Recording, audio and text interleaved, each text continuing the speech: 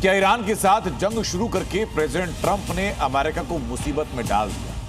ये सवाल लगातार पूछा जा रहा है और खास तौर से पिछले 4 दिनों से पूछा जा रहा है। ये सवाल इसलिए पूछा जा रहा है क्योंकि जैसे जैसे खाड़ी की जंग आगे बढ़ रही है, ईरान की तैयारी और ईरान की ताकत के हैरान करने वाले सबूत सामने आ रहे हैं।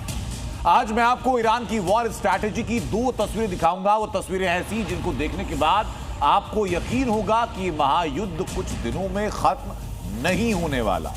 और जैसे जैसे ये वॉर आगे बढ़ेगा, अमेरिका और इजराइल के लिए मुसीबत उतनी ज्यादा बड़ी और मजबूत होती जाएगी। ईरान की खुफिया तैयारी अमेरिका पर पड़ी भारी। हॉर्मुज में मौत की सुरंग, अभी लंबी चलेगी जंग। अमेरिका और इजराइल ने मिलकर ईरान पर हमला तो कर दिया, लेकिन ईरान की रणनीति के आगे सुपर पावर अमेरिका हांफता नजर आ रहा है और उसकी एक बड़ी वजह है स्ट्रेट ऑफ हॉर्मुज।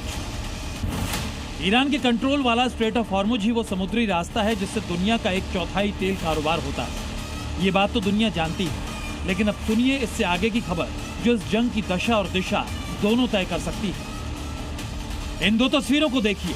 ये दोनों तस्वीरें इजराइल और अमेरिका जैसे दुश्मनों के ईरान की तैयारी का सबूत है। ये तस्वीरें बता रही हैं कि अमेरिका के तीखे रवैये और इजराइल के विरोध के लिए ईरान ने बहुत पहले से अपनी स्ट्रैटेजी को बंद तालों के पीछे तैयार करना शुरू कर दिया था।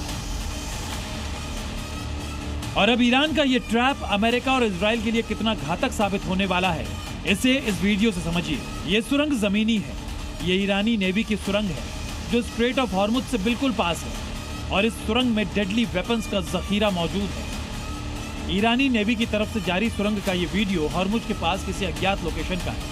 ये वीडियो जंग से कुछ महीने पहले का बताया जा रहा है, जिसमें ईरान की नौसेना ने अपने सबसे घातक हथियारों, डिस्ट्रॉयर्स और कॉम्बैट शिप की लाइन लगा रखी है।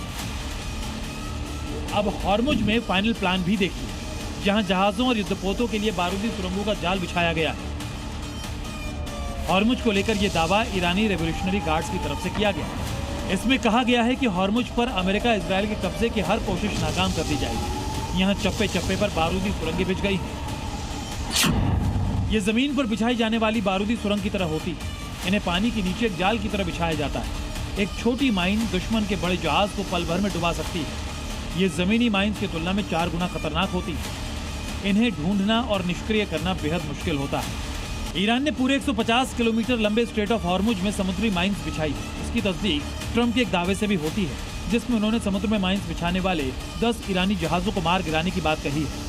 यानी ईरान अच्छी तरह ये जानता था कि आज नहीं तो कल इजराइल और अमेरिका जैसे दुश्मन देश उस पर हमला जरूर करेंगे। ईरान को मालूम था कि मिडिल ईस्ट के जरिए अमेरिका की घेराबंदी को तोड़ने के लिए हॉर्मुज उसका सबसे बड़ा हथियार होगा। और अपनी इस स्ट्रैटेजी पर काम करते हुए ईरान ने वो तैयारी कर ली जिससे निपटना ट्रंप और नेतन्याहू की जोड़ी के लिए आसान नहीं हो रहा है। Bureau report, Zee media. Strait of Hormuz में अमेरिका और ईरान के बीच बारूदी माइंस बिछाने और एक दूसरे के जहाजों को खत्म करने का, डिमोलिश करने का खेल चल रहा है। लेकिन असल में पानी के नीचे बिछाई जाने वाली नेवल माइंस, ये नेवल माइंस क्या होती है? ये कौन सी माइंस होती हैं जो पानी के अंदर बिछा दी जाती हैं? ये ग्राफिकल रिप्रेजेंटेशन से मैं बताता हूं आपको और कैसे इनको कंडक्ट किया जाता है। ये एक तरीके से ना दिखने वाला बम है।